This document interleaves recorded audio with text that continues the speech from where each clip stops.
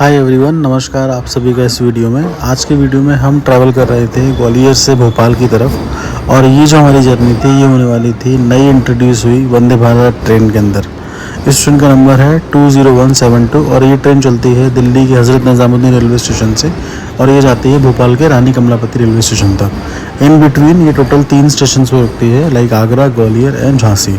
सो ये ट्रेन बहुत fast train बन जाती है इस रूट के लिए और बहुत कन्वीनियंट भी है considering the luxury of Vande Bharat.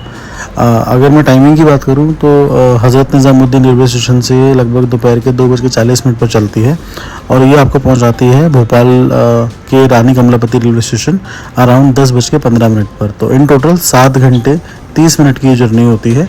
इसके बीच में ये आगरा कैंट, ग्वालियर और झांसी भी रुकती है। इन टोटल ये हफ्ते के 6 दिन चलती है एक्सक्लूडिंग सैटरडेज। तो अगर आप प्लान कर रहे हो अपना ट्रिप दिल्ली से भोपाल के बीच में, आगरा से भोपाल के बीच में और इवन ग्वालियर से भोपाल के बीच में, this can be a perfect train for your journey. धन्यवाद।